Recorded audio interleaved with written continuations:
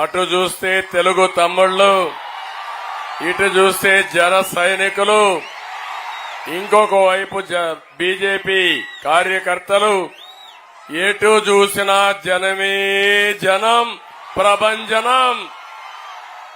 ఇది చూసిన తర్వాత వైఎస్ఆర్ కాంగ్రెస్ పార్టీకి డిపాజిట్లు వస్తాయా తమ్ముళ్ళు అని అడుగుతున్నా.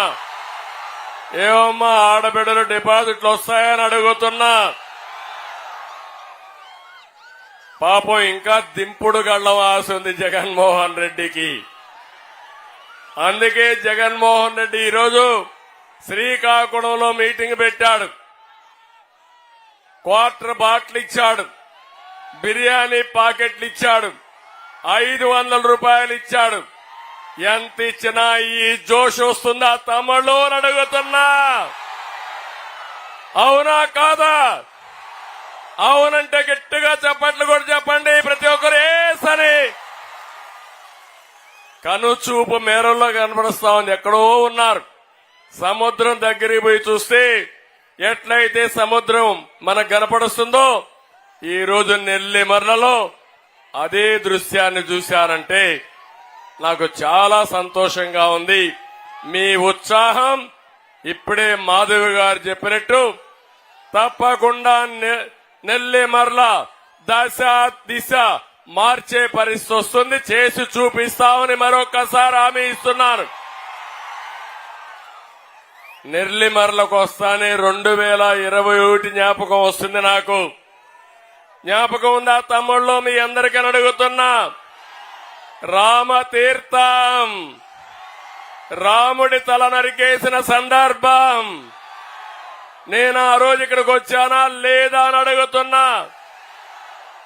దేశంలో అయోధ్యలో రామాలయం కడితే ఇక్కడికి వచ్చే కొందికి సైకో జగన్ రామతీర్థంలో రాముడి తలదీసే పరిస్థితికి వచ్చాడు. నేను అడుగుతున్నా, మిమ్మల్ని మీరు క్షమిస్తారా అని అడుగుతున్నా, ఉపేక్షిస్తారా అని అడుగుతున్నా, వదిలిపెడతారా అని అడుగుతున్నా, చిత్తుగా ఓడిస్తారా లేదా అని మిమ్మల్ని అడుగుతున్నా. అంతేకాదు 160 దేవాలయాలపై దాడులు చేసే పరిస్థితికి వచ్చారు. విధ్వంసాలు జరిగాయి, విగ్రహాలు ధ్వంసం చేశారు, అర్చకులపై దాడి చేశారు. ఎప్పుడు కూడా తెలుగుదేశం పార్టీ హయాంలో ఎక్కడ కూడా ప్రార్థనాలయాలపైన దాడి జరగలేదు. అలాంటి దుర్మార్గం జరిగింది. దీన్ని నేను చాలా తీవ్రంగా ఖండిస్తున్నానని చెప్పి కూడా నేను మీకు తెలియజేస్తున్నా. ఇక్కడే పోలీసులున్నారు. ముఖ్యమంత్రిని ఒక్క మాట విమర్శిస్తే గోడలు దూకొచ్చి మనల్ని అరెస్ట్ చేస్తారు. దేవుడి తల తీసేస్తే వీరేమి మాట్లాడరు. కడాన నా మీద కేసులు పెడతారు. దానికి కూడా ఇది న్యాయమా తమ్ముళ్ళు అని అడుగుతున్నా.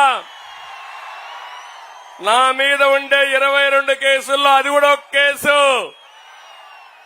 దేవుడికి అన్యాయం జరిగిందని నేను చెప్తే నా మీద కేసు పెట్టి బొక్కలు వేస్తారంటే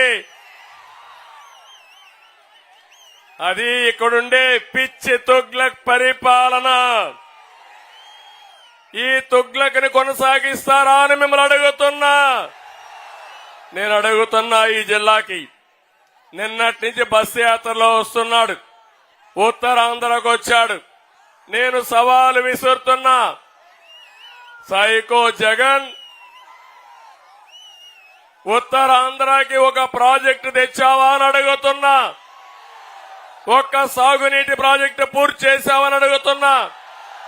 ఒక్క తమ్ముడికి ఉద్యోగాలు ఇచ్చారని అడుగుతున్నా. ఏమో మా ఆడబిడ్డలు మీకు న్యాయం చేశారని అడుగుతున్నా. ఎవరికి న్యాయం చేయని వాడు ఇప్పుడు వచ్చి కోతలు కోసే పరిస్థితికి వచ్చాడు. ఇక్కడే మీరు చూడండి. నేను